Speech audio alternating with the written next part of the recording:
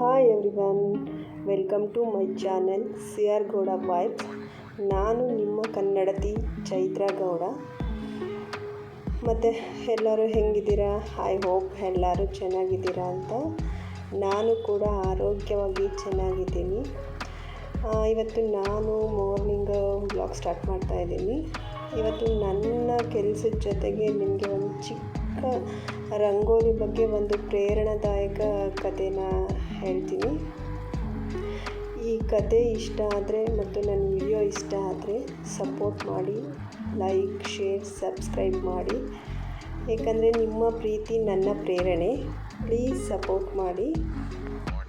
ನಾನು ಈ ಕಥೆನ ಯಾರು ನಾನು ಏನು ಕೆಲಸ ಮಾಡಿದರೂ ಕೂಡ ಸರಿ ಹೋಗ್ತಾ ಇಲ್ಲ ಅಂತ ಬೇಜಾರಲ್ಲಿರ್ತೀರಲ್ಲ, ಅಂಥವ್ರಿಗೋಸ್ಕರ ನನ್ನ ಪುಟ್ಟ ಒಂದು ಸಣ್ಣ ಕತೆ. ಈ ಕಥೆನ ಕೇಳಿ ನಿಮ್ಗೆ ಏನು ಅನ್ನಿಸ್ತು ಅಂತ ನನಗೆ ಕಮೆಂಟ್ ಮುಖಾಂತರ ತಿಳಿಸಿ. ಬನ್ನಿ ಕಥೆನ ಸ್ಟಾರ್ಟ್ ಮಾಡ್ಕೊಳ್ಳೋಣ. ನಾನು ಯಾಕೆ ರಂಗೋಲಿ ಮೇಲೇ ಕಥೆ ಹೇಳ್ತಾ ಇದ್ದೀನಿ ಅಂದರೆ, ನಾನು ಬೆಳಗ್ಗೆನೇ ರಂಗೋಲಿಯಿಂದಲೇ ನನ್ನ ವ್ಲಾಗ್ನ ಸ್ಟಾರ್ಟ್ ಮಾಡ್ತಾಯಿದ್ದೀನಿ. ಏಕೆಂದರೆ ಪ್ರತಿಯೊಂದು ಮನೆಯಲ್ಲೂ ಕೂಡ ಬೆಳಗ್ಗೆ ಎದ್ದ ತಕ್ಷಣ ಕಸ ಗುಡಿಸಿ ರಂಗೋಲಿ ಹಾಕೋದು ಮಾಮೂಲಿ ಕೆಲಸನೇ. ಅದಕ್ಕೋಸ್ಕರ ನಾನು ಇವತ್ತು ರಂಗೋಲಿ ಮೇಲೇ ಒಂದು ಪುಟ್ಟ ಕಥೆ ಹೇಳ್ತಾಯಿದ್ದೀನಿ. ಏನಪ್ಪ ಕಥೆ ಅಂತಂದರೆ,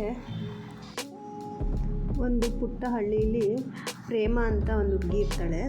ಅವಳಿಗೆ ಬೆಳಗ್ಗೆ ಎದ್ದು ಕೂಡಲೇ ಪ್ರತಿದಿನ ಮನೆ ಮುಂದೆ ಕಸ ಗುಡಿಸೋದು, ನೀರು ಹಾಕೋದು, ರಂಗೋಲಿ ಹಾಕೋದು ಅಭ್ಯಾಸ ಇರುತ್ತೆ ಅವಳಿಗೆ. ಹಾಗೆಯೇ ಒಂದಿನ ಅವಳು ತುಂಬ ಸುಂದರವಾದ ರಂಗೋಲಿನ ಹಾಕಿರ್ತಾಳೆ. ಆ ರಂಗೋಲಿನ ಊರಿನ ಜನರೆಲ್ಲ ನೋಡಿ ಇಷ್ಟಪಟ್ಟು ಮೆಚ್ಕೊಂಡಿರ್ತಾರೆ. ರಂಗೋಲಿ ತುಂಬ ಸುಂದರವಾಗಿ ಕಾಣಿಸ್ತಾ ಇರುತ್ತೆ. ಎಲ್ಲರೂ ಇಷ್ಟಪಡ್ತಾ ಇರ್ತಾರೆ ಆ ರಂಗೋಲಿನ. ಆದರೆ ಸ್ವಲ್ಪ ಸಮಯದ ನಂತರ ಗಾಳಿ ಬಂದು ಮತ್ತು ಕೆಲವರು ಅದ್ರ ಮೇಲೆ ನಡೆದಾಡಿ ರಂಗೋಲಿ ಹಾಳಾಗಿಬಿಟ್ಟಿರುತ್ತೆ. ಅದು ಹಾಳಾಗಿರೋ ರಂಗೋಲಿನ ಅವಳ ಪ್ರೇಮ ನೋಡ್ತಾಳೆ. ನೋಡಿದ ಕೂಡಲೇ ತುಂಬ ಬೇಜಾರು ಮಾಡ್ಕೋತಾಳೆ. ಯಾರಿಗಾದ್ರೂ ಅಷ್ಟೇ ಅಲ್ವಾ, ಏನಾದರೂ ಒಂದು ಕೆಲಸ ಮಾಡಿದಾಗ ಹಾಳಾದರೆ ಬೇಜಾರಾಗೇ ಆಗುತ್ತಲ್ವ. ಹಾಗೆಯೇ ಅವಳು ಕೂಡ ಬೇಜಾರು ಮಾಡಿಕೊಂಡು ಒಂದು ಕಡೆ ಹೋಗಿ ಕೂತಿರ್ತಾಳೆ. ಆಗ ಅವ್ರ ಅಜ್ಜಿ ಪ್ರೇಮನ ನೋಡಿ ಅವಳ ಹತ್ರ ಬಂದು ಕೇಳ್ತಾರೆ, ಏನಕ್ಕೆ ಬೇಜಾರು ಮಾಡ್ಕೊಂಡಿದ್ಯಾ ಅಂತ. ಆಗ ಪ್ರೇಮ ಹೇಳ್ತಾಳೆ, ನಾನು ಇಷ್ಟಪಟ್ಟು ಕಷ್ಟಪಟ್ಟು ಹಾಕಿದ ರಂಗೋಲಿ ಕೆಲವೇ ಗಂಟೆಗಳಲ್ಲಿ ಹಾಳಾಯಿತು ಅಂತ.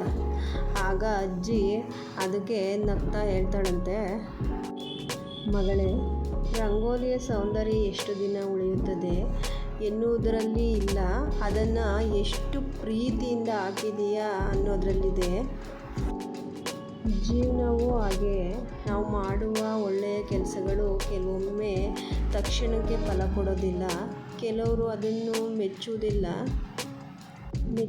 ಅಂದರೆ ಇಷ್ಟಪಡೋದಿಲ್ಲ ಅಂತ. ಆದರೆ ನಾವು ಒಳ್ಳೆಯ ಕೆಲಸ ಮಾಡಿದ್ರೆ ಅದು ಯಾವತ್ತೂ ಕೂಡ ವ್ಯರ್ಥ ಆಗೋದಿಲ್ಲ. ಏಕೆಂದರೆ ಒಳ್ಳೆಯದೇ ಹಾಗೆ, ಯಾವತ್ತೂ ಕೂಡ ಅದು ಹಾಳಾಗೋದಿಲ್ಲ. ಯಾವುದಾದ್ರೂ ಒಂದು ಟೈಮಲ್ಲಿ ಕೈ ಹಿಡಿಯುತ್ತೆ.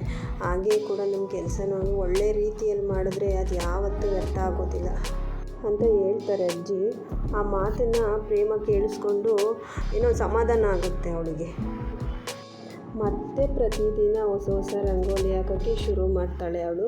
ಆ ರಂಗೋಲಿ ಹಾಕೋದ್ರಲ್ಲೇ ಅವಳು ತುಂಬ ಖುಷಿಯಾಗಿ ಕೂಡ ಇರ್ತಾಳೆ. ಸ್ನೇಹಿತರೆ, ಈ ರಂಗೋಲಿ ನಮಗೆ ಒಂದು ದೊಡ್ಡ ಪಾಠ ಅಂತಲೇ ಹೇಳ್ಬೋದು. ಒಂದು ದೊಡ್ಡ ಪಾಠ ನಮಗೆ ಕಲಿಸ್ಕೊಡುತ್ತೆ.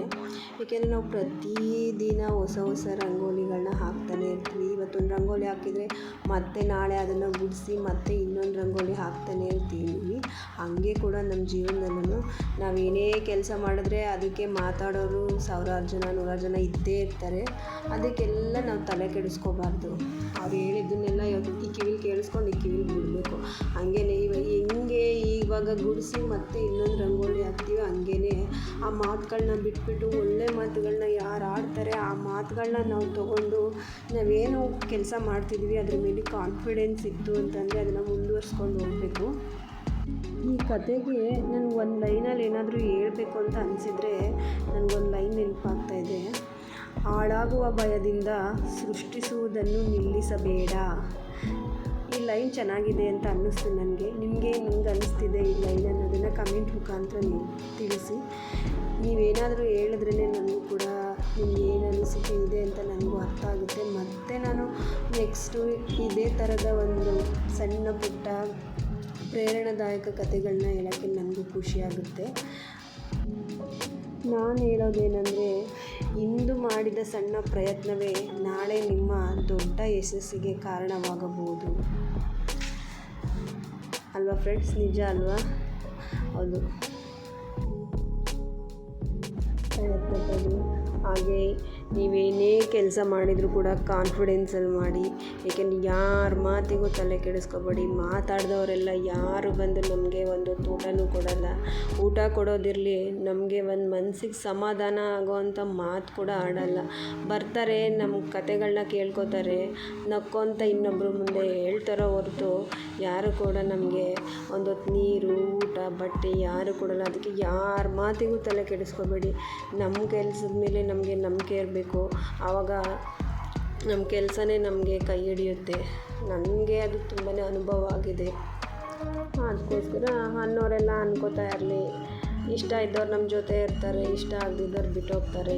ಯಾರು ಏನೇ ಬಿಟ್ಟೋದ್ರೂ ಕೂಡ ನಮ್ಮ ಕಾನ್ಫಿಡೆನ್ಸು ನಮ್ಮನ್ನು ಬಿಟ್ಟೋಗಬಾರ್ದು. ಯಾವಾಗಲೂ ಕೂಡ ನಾವು ಕಾನ್ಫಿಡೆನ್ಸಾಗಿರಲೇಬೇಕು. ಆ ಥರ ಇರಿ ಅಂತ ಹೇಳೋದಕ್ಕೆ ನಾನು ಇಷ್ಟಪಡ್ತೀನಿ. ಎಲ್ಲದಕ್ಕಿಂತ ಹೆಚ್ಚಾಗಿ ನಿಮ್ಮ ಆರೋಗ್ಯನ ನೀವು ಕಾಪಾಡ್ಕೊಳ್ಳಿ. ಯಾವತ್ತೂ ಆರೋಗ್ಯ ಚೆನ್ನಾಗಿದ್ದರೆ ಮಾತ್ರನೇ ನಾವು ಏನೇ ಕೆಲಸ ಮಾಡೋಕ್ಕೂ ಕೂಡ ಎನರ್ಜಿ ಸಿಗೋದು, ಶಕ್ತಿ ಸಿಗೋದು. ಯಾವಾಗಲೂ ಆರೋಗ್ಯನ ಚೆನ್ನಾಗಿಟ್ಕೊಳ್ಳಿ. ಒಳ್ಳೆ ಊಟ ಮಾಡಿ. ಒಳ್ಳೆ ಊಟ ಅಂತಂದರೆ ಏನು ತುಂಬ ಲಗ್ಜುರಿ ಊಟನೇ ತಿನ್ನಬೇಕಂತ ಏನಿಲ್ಲ. ಆರೋಗ್ಯವಾಗಿರೋವಂಥ ಸೊಪ್ಪು, ತರಕಾರಿಗಳು, ಈ ಥರ ಊಟನ ಜಾಸ್ತಿ ತಿಂದಿಲ್ಲ ಅಂದ್ರೂ ಕೂಡ ಟೈಮ್ ಟು ಟೈಮ್ ಸ್ವಲ್ಪ ಆದ್ರೂ ತಿನ್ನಬೇಕು. ಒಳ್ಳೆ ಆರೋಗ್ಯನ ಕಾಪಾಡ್ಕೊಳ್ಳಿ. ಒಳ್ಳೆ ಊಟ ಮಾಡಿ, ಒಳ್ಳೆ ಗಾಳಿ ತಗೊಳ್ಳಿ. ಹಾಗೆ ಒಳ್ಳೆ ಜನರ ಜೊತೆ ಇರೋದಕ್ಕೆ ಅಭ್ಯಾಸ ಮಾಡ್ಕೊಳ್ಳಿ. ಒಳ್ಳೆ ಜನರ ಜೊತೆ ಇದ್ದಷ್ಟು ಕೂಡ ನಾವು ಖುಷಿಯಾಗಿರ್ತೀವಿ. ಆ ಖುಷಿನೇ ನಮ್ಮ ಕೆಲಸಕ್ಕೆ ಧೈರ್ಯ ತುಂಬೋದು, ಶಕ್ತಿ ನೀಡೋದು. ಸುಮ್ಮನೆ ನೆಗೆಟಿವ್ ಮಾತಾಡೋ ಜನಗಳ ಜೊತೆ ಕೂತ್ಕೊಂಡು ಅವ್ರಿವ್ರ ಬಗ್ಗೆ ಮಾತಾಡೋದ್ರಿಂದ ನಮ್ಮ ಎನರ್ಜಿನೇ ವೇಸ್ಟು. ಆಮೇಲೆ ಇನ್ನೊಂದು ಮಾತು ಹೇಳ್ತಾರೆ ನಮ್ಮ ಅಜ್ಜಿ, ತುಂಬ ಸಲ ಹೇಳಿದ್ದಾರೆ ಕೂಡ. ನಾನು ಅದನ್ನು ನನ್ನ ಜೀವನದಲ್ಲಿ ಆದಷ್ಟು ಅಳವಡಿಸ್ಕೊತಾ ಇದ್ದೀನಿ. ಏಕೆಂದರೆ ಬೇರೆಯವ್ರ ಬಗ್ಗೆ ಮಾತಾಡಿದಷ್ಟು ಕೂಡ ನಮ್ಮ ಎನರ್ಜಿ ಹೆಂಗೆ ವೇಸ್ಟ್ ಆಗುತ್ತೋ ಹಾಗೆ ಕೂಡ ನಮ್ಮ ಒಂದು ಏನಂತಾರೆ ಲಕ್, ಅದೃಷ್ಟ, ನಮ್ಮ ಅದೃಷ್ಟನೂ ಕೂಡ ಕಡಿಮೆ ಆಗ್ತಾ ಹೋಗುತ್ತಂತೆ ಬೇರೆಯವ್ರ ಬಗ್ಗೆ ಮಾತಾಡೋದ್ರಿಂದ. ಏಕೆಂದರೆ ಅವ್ರು ಮಾಡಿರೋ ಅಂಥ ಕರ್ಮಗಳೆಲ್ಲ ನಮಗೆ ಬರೋದಕ್ಕೆ ಸ್ಟಾರ್ಟ್ ಆಗುತ್ತಂತೆ. ಅದೇ ಹೇಳ್ತಾರಲ್ಲ, ಮಾಡಿದವ್ರ ಪಾಪ ಆಡ್ದವ್ರ ಬಾಯ್ಲಿ ಅಂತ ಹೇಳ್ಬಿಟ್ಟು ಆ ಥರ ಆಗುತ್ತಂತೆ. ಅದಕ್ಕೋಸ್ಕರನೇ ಯಾರ್ಯಾರ ಬಗ್ಗೆನೋ ಏನೇನೋ ಮಾತಾಡಿಕೊಂಡು ಸುಮ್ಮನೆ ನೀವು ಬೇಕಂದರೆ ನೀವು ಪರೀಕ್ಷೆ ಮಾಡಿ ನೋಡಿ.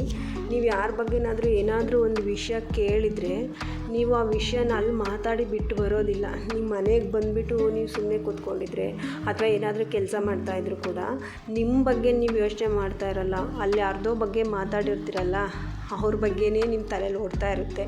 ಅವ್ರು ಹೆಂಗಾಕೆ ಮಾಡಿದರು, ಅವ್ರು ಹಿಂಗೆ ಮಾಡ್ಬೋದಿತ್ತಲ್ಲ, ಹಾಗೆ ಹೀಗೆ ಅಂತ ನೀವೇ ನಿಮ್ಮ ತಲೆಯಲ್ಲಿ ಏನೇನೋ ಜಡ್ಜ್ಮೆಂಟ್ಗಳು, ಸರಿ ತಪ್ಪು ಈ ಥರ ಯೋಚನೆ ಮಾಡ್ತಾ ಇರ್ತೀರ. ಬರೀ ಕಂಡವ್ರ ಬಗ್ಗೆ ಯೋಚನೆ ಮಾಡೋದೇ ಆಗೋಗ್ಬಿಡುತ್ತೆ.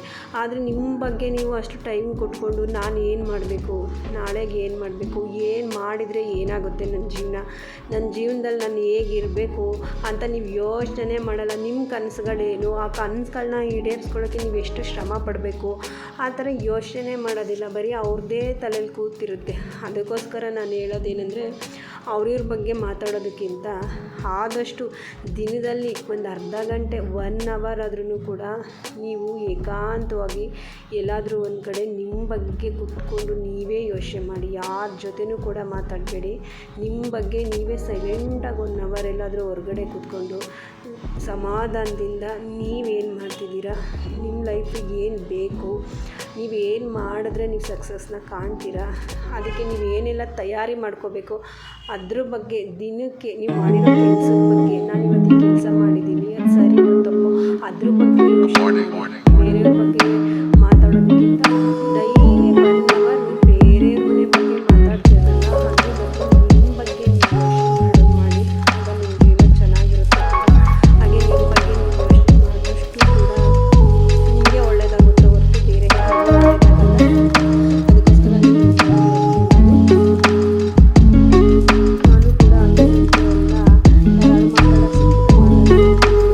ಆದರೆ ನನಗೇನೆ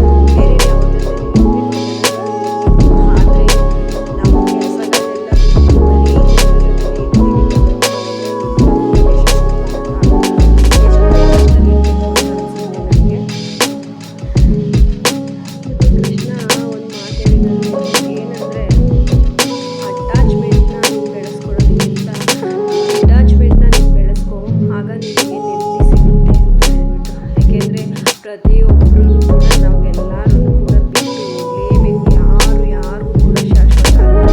ಅದಕ್ಕೋಸ್ಕರ ನಮ್ಮ ಅಟ್ಯಾಚ್ಮೆಂಟ್ನ ಬೆಳೆಸ್ಕೊಂಡು ಕೊನೆಗೆ ಅವ್ರು ನಮ್ಮಿಂದ ದೂರ ಆದಮೇಲೆ ದುಃಖ ಪಡೋದಕ್ಕಿಂತ ಮೊದಲೇ ಲಿಮಿಟಲ್ಲಿ ಇಟ್ಬಿಡ್ಬೇಕು. ಡಿಟ್ಯಾಚ್ಮೆಂಟ್ನ ನಾವು ಬೆಳೆಸ್ಕೋಬೇಕು.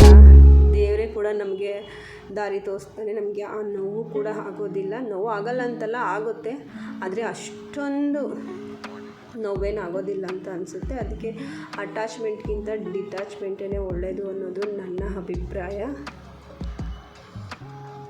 ಮನುಷ್ಯ ಅಂದಮೇಲೆ ಅಟ್ಯಾಚ್ಮೆಂಟ್ಗಳಿದ್ದೇ ಇರುತ್ತೆ, ಅದು ಸಹಜ. ಆದಷ್ಟು ಕಡಿಮೆ ಮಾಡ್ಕೊಳ್ಳಿ, ಖುಷಿಯಾಗಿರಿ. ನಿಮ್ಮನ್ನು ನೀವು ಖುಷಿಯಾಗಿಟ್ಕೊಳ್ಳಿ, ಆಮೇಲೆ ಬೇರೆಯವ್ರನ್ನ ನೀವು ಖುಷಿಯಾಗಿಟ್ಕೋಬೋದು. ಅದೇ ನೀವೇ ಖುಷಿಯಾಗಿಲ್ಲ ಅಂದರೆ ಇನ್ನೊಬ್ರಿಗೆ ಖುಷಿ ಪಡ್ಸೋಕ್ಕೂ ಆಗೋಲ್ಲ.